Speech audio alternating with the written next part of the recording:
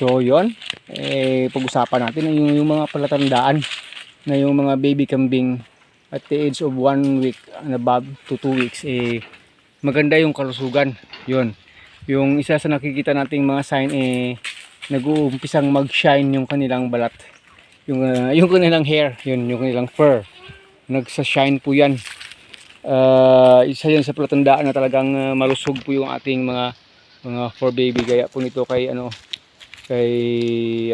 ducks, nagsashine yan pag tamaan ng maganda ng tawag doon ng sunshine. Talagang maganda po sa tingnan.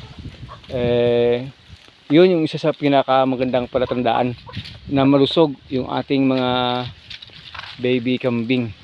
Yan, yan po sila, dito lang po yan sila.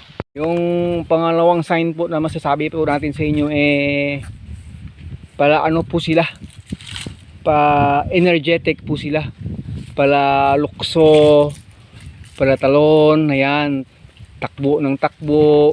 Yung term sa amin kumikending-kending.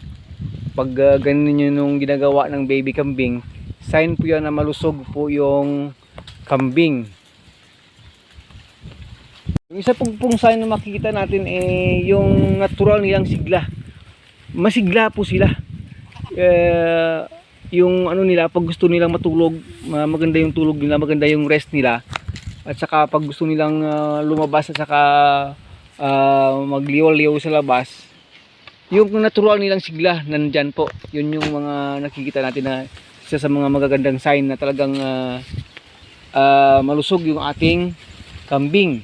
Yung isa pa po, kahit at the age of 1 week, mag-i-start po sila niyang kakagat-kagat ng mga dahon-dahon, ng mga stick-stick. Kahit yung lupa, inumpisa nila niyang makakat-kagat. Gaya po ng isa niyan, naghahanap ng makakain sa puno ng malaking mangga.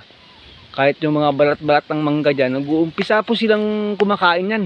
Pati lupa, yan po yung na-experience natin sa dalawang yan. Kumakain po sila nun.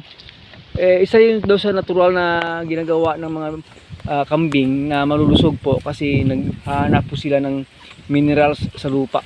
Pati yung nanay nila naghahanap din yan sa lupa minsan. Yun po yung mga signs na talagang malusog yung baby kambing. Syempre po hindi po sila matamlay.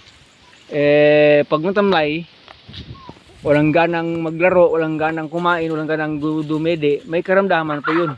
Yun po yung matrigger po tayo.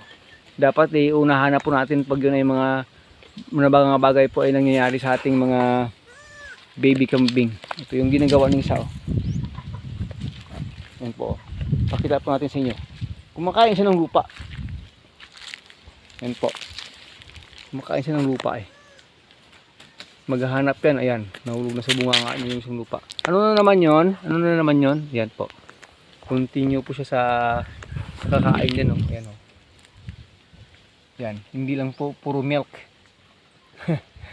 Kung may mga stick na maliliit na kaya na nilang nguyain, mangunguya.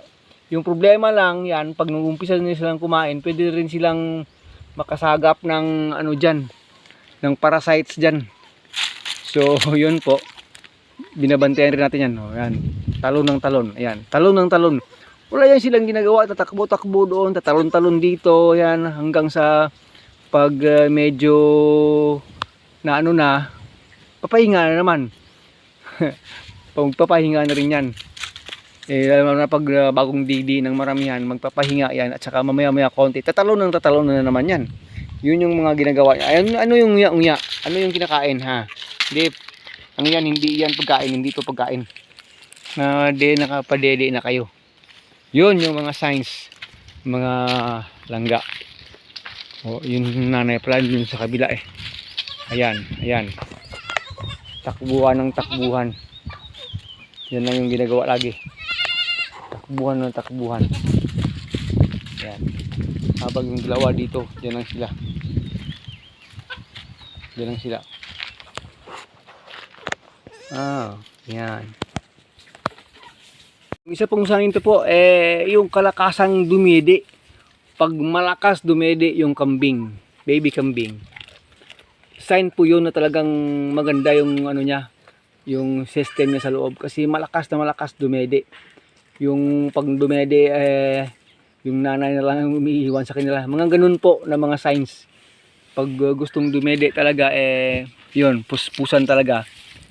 Ayan, sign po yan na malulusog ang ating mga baby kambing. Kaya pag tatalon-talon, upo-upo, tatakbo-takbo, lahat na lang ginagawa nila. Ayan po, for today's video na nagawa natin ng content, yung update po natin dito sa ating mga F3 Boer babies na si Shenrik Jr. at saka si Dax and Sing. Pagkatapos po nitong 5 days old na today, at yung kabila doon 15 days old, 16 days old, pang 16 po sila doon kasi 11 days yata itong gap nila, 11 days. Nag 11 days yun doon sila at saka naipanganak itong dalawa na rin. Pero hindi po masyadong malaki yung agwat nila sa pangkatawan kasi malaki na rin kasi itong nanay nila at saka malakas na rin itong dumede itong dalawa. Yan, wala yung ginagawa doon yung dalawa sa kabila. Takbo-takbo lang yan, tatakbo-takbo. Ayan, wala, laro lang yan ng laro hanggang sa hingalin, hanggang sa didede na naman, kapahinga na naman. Yan yung mga ginagawa ng mga yan buong maghapon hanggang sa ibalik natin sa kulungan. So maraming salamat. This is your friend once again, Agritech Mix TV po. Nag-update lang po tayo dito sa ating mga munting F3 Boer baby for goat babies, for babies. Yan o, ganda ng kanyang pagkahiga doon o. Yan. Ay nako talaga.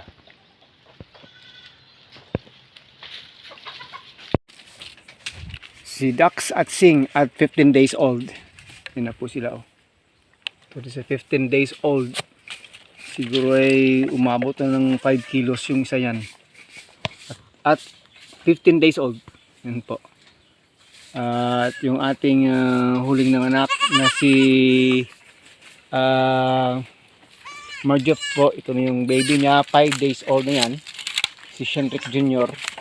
Ito po si Frederick at saka si Sheena. 5 days old na po yan. Yan po, humahabol po sila. At the age of 5 days. At saka at the age there of 15 days. Yan po. Dahil medyo malakas na sila dumedi ng puspusan sa kanilang nanay. Ito pa kasi si Marjop napakadaming gatas. Sobra-sobra kasi yung milk niyan. Kaya yung mga anak niya masyadong malikot na talaga. Masyado nang maliksi. Masyado nang hyper. Kasi walang ginagawa sa buhay. Dede at pahinga lang, ihi, dumi. Yan. Pabalik-balik lang sa ganyan. Kaya at the age of 5 days napaka-hyper na nila talaga. Masyado na nilang maliksi at malulusog talaga. Update po yan sa kanila. Ito kasi yung nanay nila, grabe kasi yung gatas ng nanay nila, sobra-sobra. Hindi nga maubos-ubos, hindi nga makalahati yan. Sila pag dede lang sila lang dede, talagang grabe yung nila. Yung stamina nila at saka yung health nila. Napakaganda talaga. Mga kamalusog talaga mga kameme. Yan po. Habang yan, at age of 5, parang 1 week na. Ayan, hingal na ng katakbo-takbo at saka kalundag-lundag Puro lang kasi kayo lundag. Walang ginagawa. Ayan, lukso-lundag, ayan. At saka maghabulan. Oh, diyan si nanay mo sa ilalim. Ito, napaka-cute ni na Tina. Si Tating White. At saka si Frederick Brown Black. Ano po sila? Iyan, lukso pang more. Pinapatikim natin sila ng foster milk. Baka sakaling hindi gumanda yung laloy ng milk ng nanay nila, at least alam na nilang dumidi ng foster milk. Lalong-lalo na yung dalawa diyan, yan. Si Dax at saka si Sing, napakatakaw na yan po sa milk. Grabe sila katakaw sa milk, kaya biglang nag-shine yung mga katawan nila. Pero tingin ko mas mataas itong breed nila kasi sa panggalaw at saka sa haba ng tenga, more talaga ito sila sa sa Boer breed, mas mataas yung Boer nila kumpara doon sa dalawa. O yan. Dede na naman. Dede tayo na naman sa nanay nila. Pero yung si Abby, medyo konti lang yung milk. Kumpara po dito kay Marjop, kalahati lang.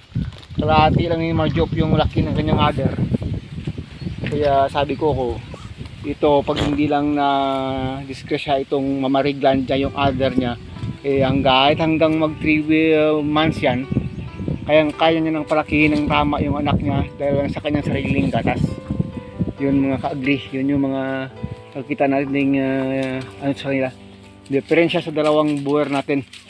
Ayan, 15 days old itong dalawa. 15 days old. Ayan, lakas-lakas na. At yan po, 5 days old, pang 5 ngayon. Ayan po sila, diyan sila sa tawag dun sa ating mini kusina, lutuan dito sa farm. Yan, tawag ng nanay. So yan mga kameme, pinapayagan, hinayaan natin silang makapatong sa lupa para po makapag-exercise sila. Yung si Abishag doon, dinala na yung mga baby doon, no? Pero binabantayan pa rin natin yan kahit sila saan sila mapunta, kasi mahirap na madisgrasya itong ating hybrid pag nasuwag ng ibang malalaking meme dito. Yun yung problema. Kaya pag medyo dumating yung iba na marami yan, binabalik po natin sila sa cage nila, sa fence, sa ano nila, selda nila, para na mas safe sila. Pero gaya ngayon, kasi yung iba nating kambing na mga native dun sa kabila, pinapakawalan po natin sila yan dito sa ilalim ng punong mangga. Yun po, laking punong mangga. Kasi hindi po yan dito minute, kasi yung nanay nila ibusog na rin yan. Yung kumpay nga dito sa ilalim mga vines, hindi niya nauubos. Pati sila syempre yung mga nanay nila makapag-exercise na rin dito. Yung sako natin ng basura. Ito, yung ibang basura dito. Kalat-kalat lang mga plastic hindi pwede dito yan. Yung plastic na po. So to the eye talaga. Yan mga kameme. Tawag doon. Update. Dito yung nanay nila.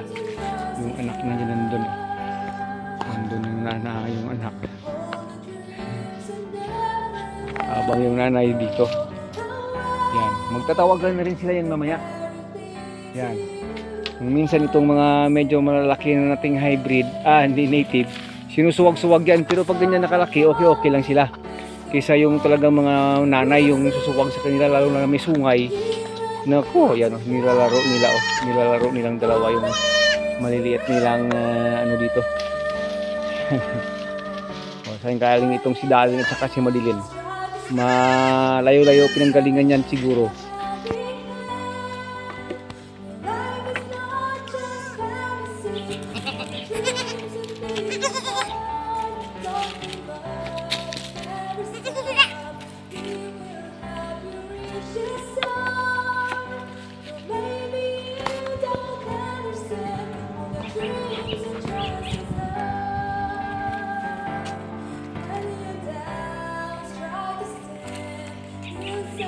Wap.